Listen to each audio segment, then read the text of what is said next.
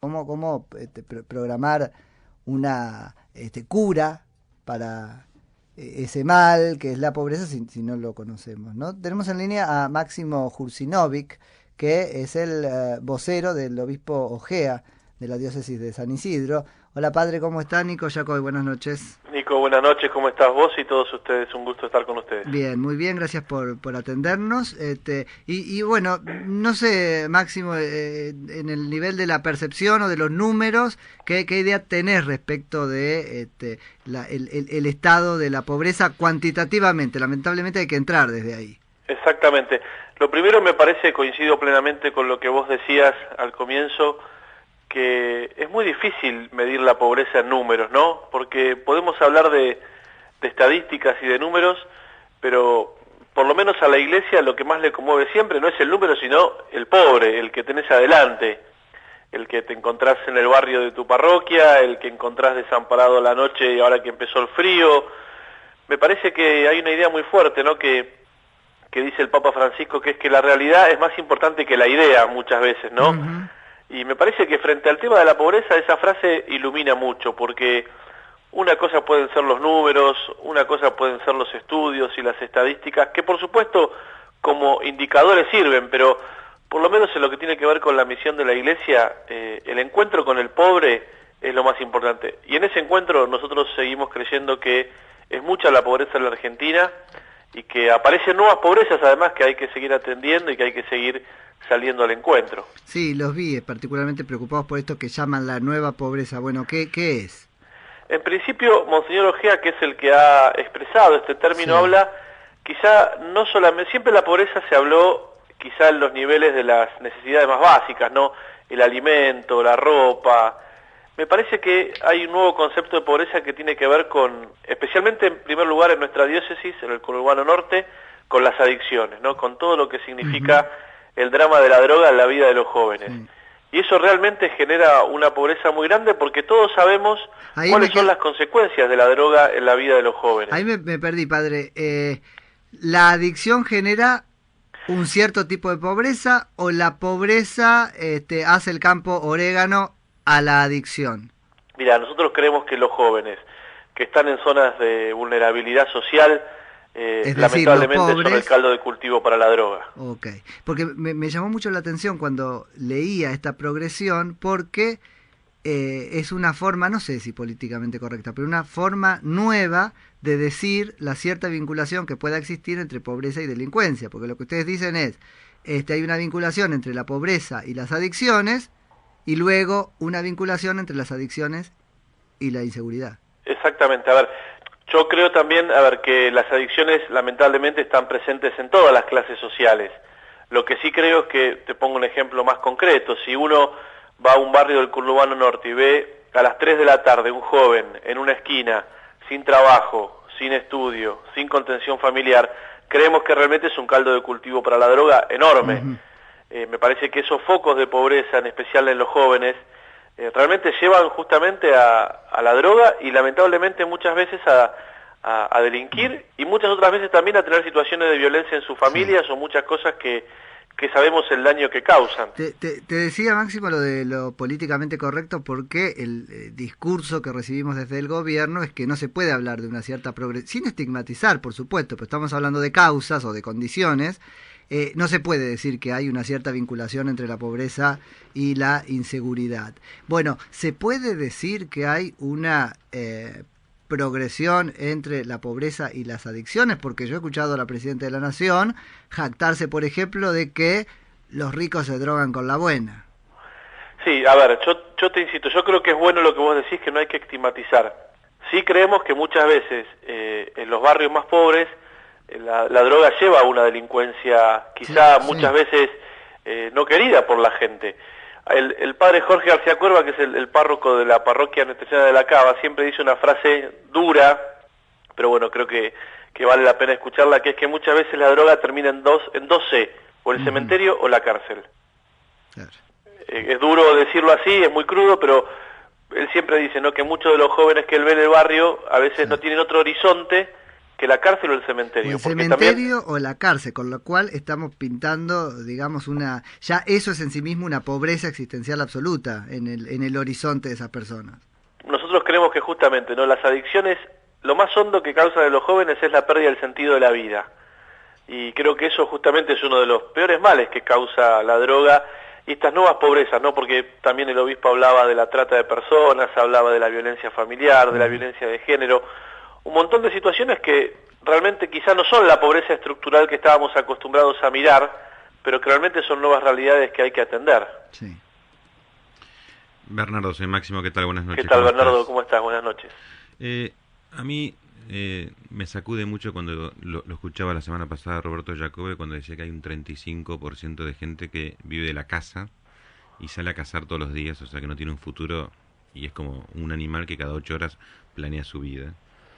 Y me interpela muchísimo esto cuando decimos cómo salimos de esto en referencia, si no traemos estos a la mesa para salir todos en un estado casi igualitario, un poco como propone el Papa Francisco. ¿Qué propone la Iglesia hoy como para sentarnos o sentar a ese 33 o 35 o 30 o 28 y darle alguna oportunidad? Mira, Bernardo, en primer lugar creo que, y vos traes justamente la palabra del Papa, a ver, el gran mal de nuestro mundo yo creo que sigue siendo la desigualdad de oportunidades, ¿no? Y justamente me parece que lo primero que tiene que hacer la Iglesia es justamente seguir predicando la igualdad de posibilidades para todos. Me parece que eso es una primera misión que tiene la Iglesia. ¿Con la prédica alcanza? No, creo que con la prédica y con el ejemplo sobre todo, ¿no? La Iglesia se debe poner también como ejemplo ella misma de poder generar esta igualdad.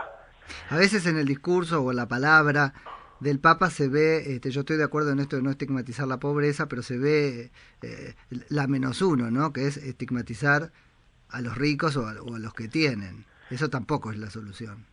Yo creo que justamente la solución es no estigmatizar a nadie, pero sí creo que todos nos tenemos que hacer responsables. Sí creo que muchas veces los que más tienen que ser más responsables. Yo en eso sí quisiera decir que muchas veces aquellos que más tienen, aquellos que más posibilidades tienen, qué bueno sería que lo puedan compartir con los que no.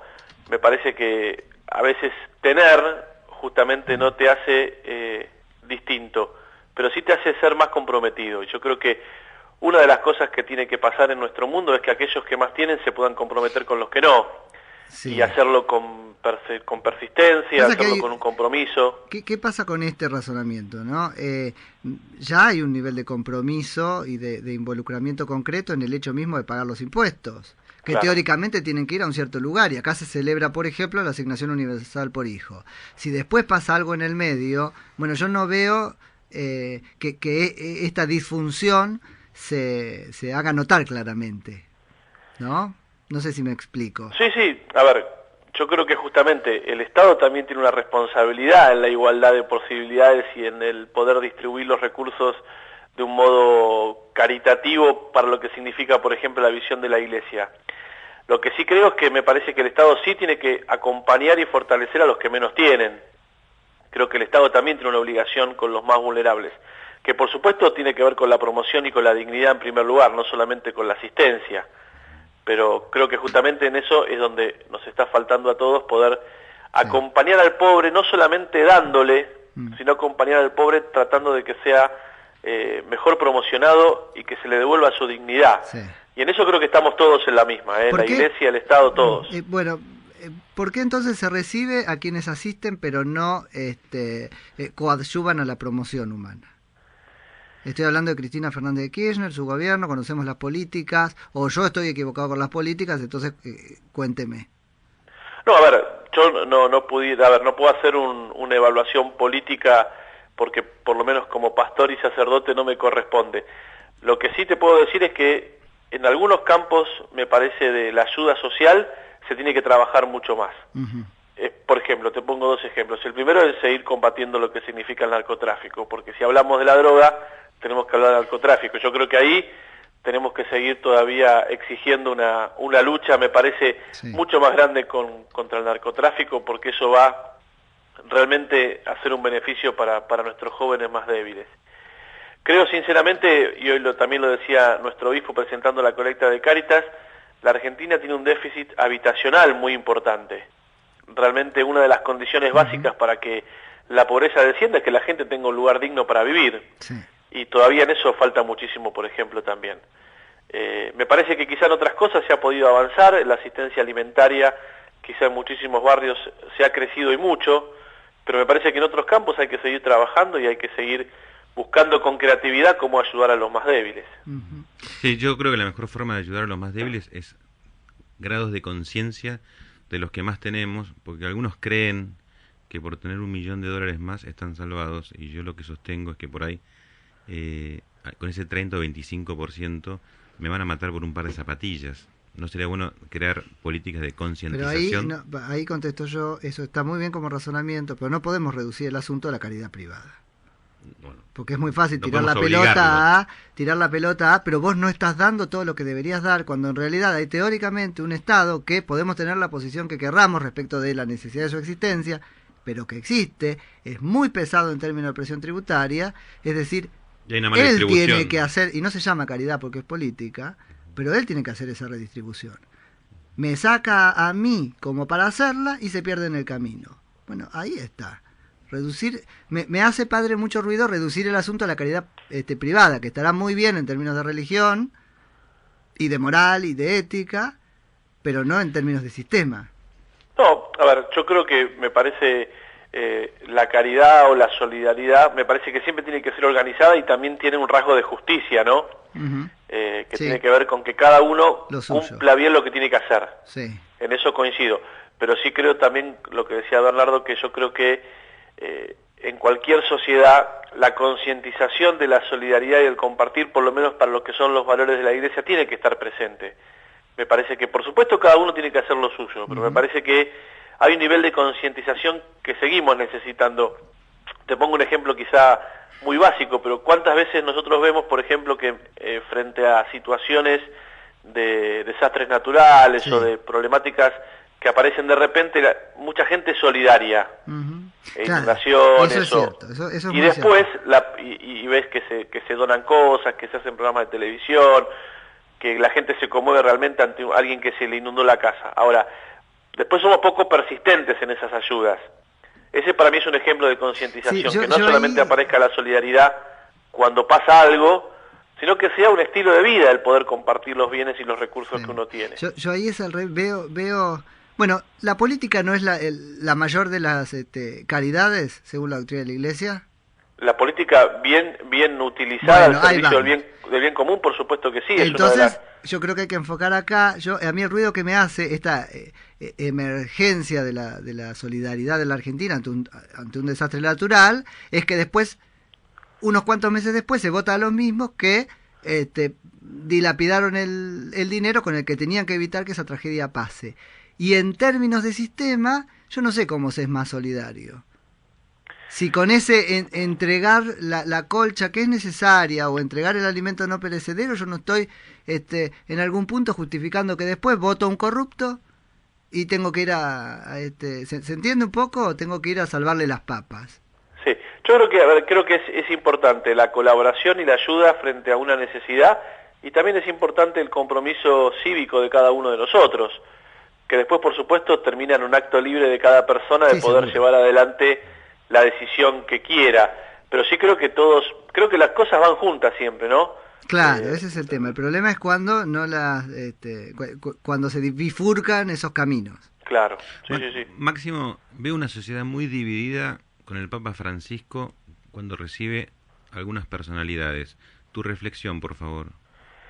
Mi reflexión es que, en primer lugar, yo creo que justamente el mensaje del Papa tiene que ver con unificar los corazones de todos. Yo creo que puede haber gente que quizá le moleste estos signos visibles que pone el Papa. A mí, por ejemplo. Me parece, por lo menos de mi punto de vista, yo no encuentro ningún tipo de cuestionamiento. Me parece que, te pongo un ejemplo, cuando San Juan Pablo II era Papa, recibió muchísimas veces al presidente de Polonia, que era su país natal.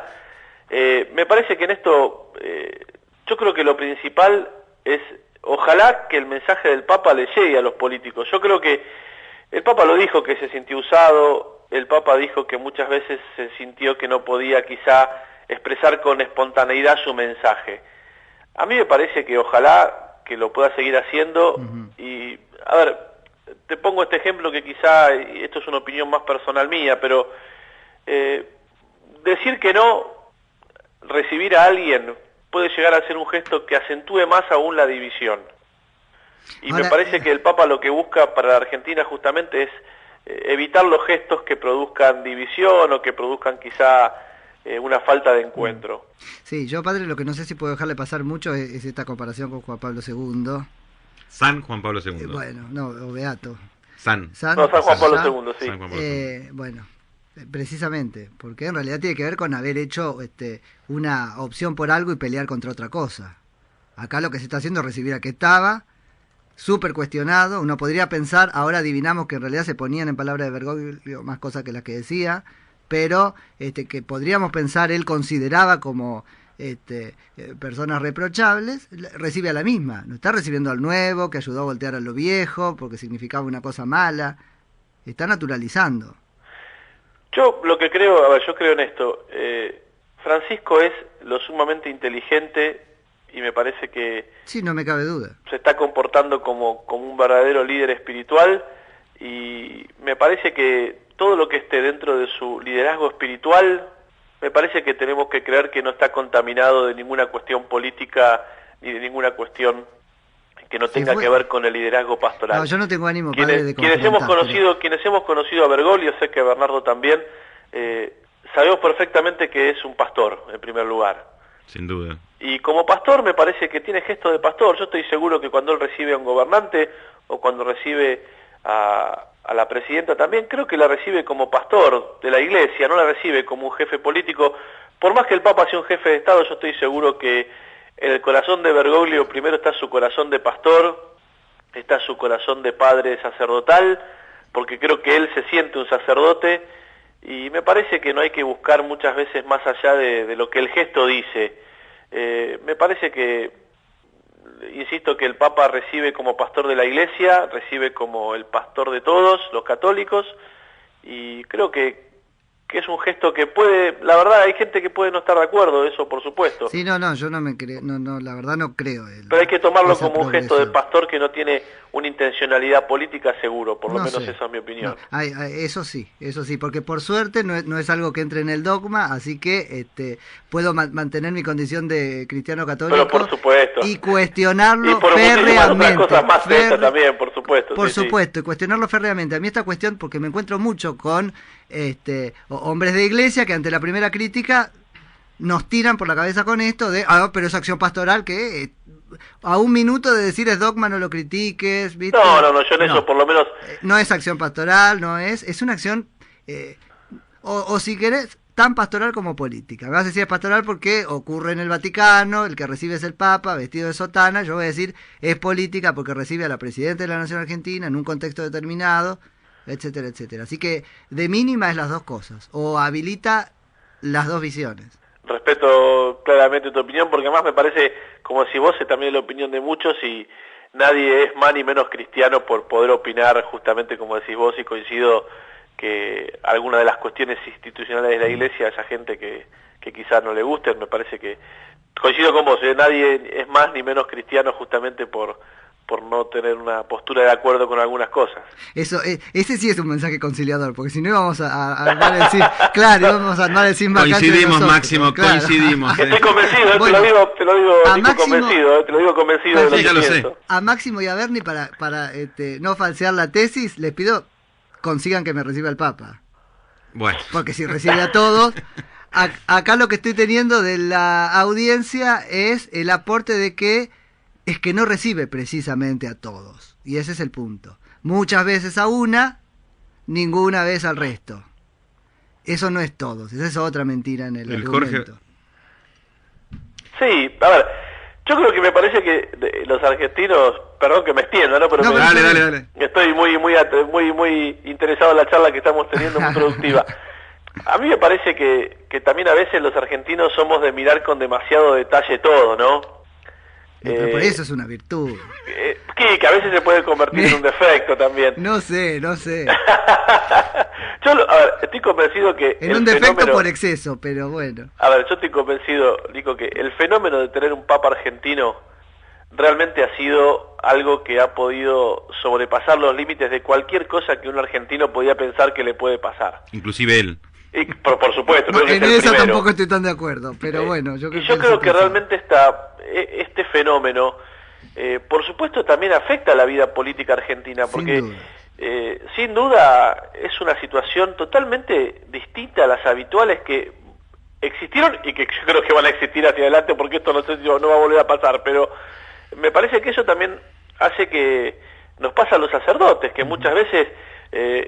ahora nosotros tenemos como no un modelo... creo, Máximo, que otro papa argentino, no por los cuestionamientos que le hacemos nosotros, sino por los cuestionamientos dentro de la iglesia, para algunas, digo, está revolucionando algunas cosas. Máximo, eso sí lo concedo, Máximo, la gente se olvida, la cantidad de gente que tendría Jorge Bergoglio, la gente se olvida. Eran puertas abiertas. Totalmente, y nosotros conocemos modelos pastorales de Bergoglio, que eran modelos pastorales en el Arzobispado de Buenos Aires. Sin duda. Y que realmente, quizá por supuesto en otra dimensión. En absoluto anonimato, ¿no? Muchas veces uno lo ve a Francisco y lo ve a Bergoglio en el Arzobispado de Buenos Aires. Y en algunas cosas, gracias a Dios, por la importancia de la misión, Francisco ha superado, por supuesto, muchísimo a Bergoglio también. Pero yo creo que en eso me parece que justamente despierta mucha contradicción la situación también. Eso mismo. Y me parece que las contradicciones también son buenas, y me parece a mí, me permito decirles que las contradicciones que pueden ocurrir no tienen que tapar realmente lo que está haciendo Francisco como líder espiritual. Por eso que no es esto de recibir a Cristina. Me parece que esto es un detalle al lado. Te pongo un ejemplo, digo, el 18 de junio el Papa va a presentar una encíclica sobre la ecología. Sí. Si a mí me decías, sacerdote hace 15 años, hace 10 años que un Papa iba a hablar sobre ecología, yo te decía, pero ni de casualidad. Tenemos un Papa que está empezando a hablar de los temas que le pasan a la gente. Va a decir que el cambio climático es algo que afecta a los pobres. Va a decir, por ejemplo, que hay que tener actitud ecológica. Pero va a decir que lo hicieron los ricos. Y vamos a ver qué dice. Me llamás el 19 y lo hablamos. Promesa, ahí quedó. Sin duda. Ahí quedó. No, dame hasta el 20 para leerlo. Va a hablar de pero digo, me parece que eso es fundamental, no perderse detrás de estas cosas lo importante de la figura de Francisco, ¿no? Que realmente está revolucionando y está transformando de a poquito también muchas cosas de la iglesia. Máximo, te agradezco muchísimo por la nota. Tomamos después con vos charlar juntos sobre la encíclica cuando salga, eso me parece un ejercicio súper interesante, y contanos en qué colecta andan en Cáritas ahora. Justamente, bueno, parte de lo que se está preparando para este fin de semana es la colecta nacional de Cáritas, que es la colecta, uno de los momentos de solidaridad más importantes de la iglesia argentina, que se realiza en las parroquias y que se realiza también en muchísimos lugares de la vía pública. Por lo menos en esta zona del conurbano bonaerense uno se va a encontrar con mucha gente que va a estar con alcancías. Una colecta que tiene en primer lugar una función de ayuda a los más pobres y también una concientización, como veníamos hablando. Esta colecta se realiza en todas las parroquias de la Argentina durante este fin de semana y me parece que en esto que venimos hablando de realmente de ponernos a trabajar todos por la pobreza es una herramienta importantísima para esto. Máximo, muchas gracias por la charla. A ustedes un saludo y bueno, ojalá que podamos encontrarnos, ya que fue una muy agradable charla. Buenas noches. Hasta luego. Era Máximo Jursinovic, que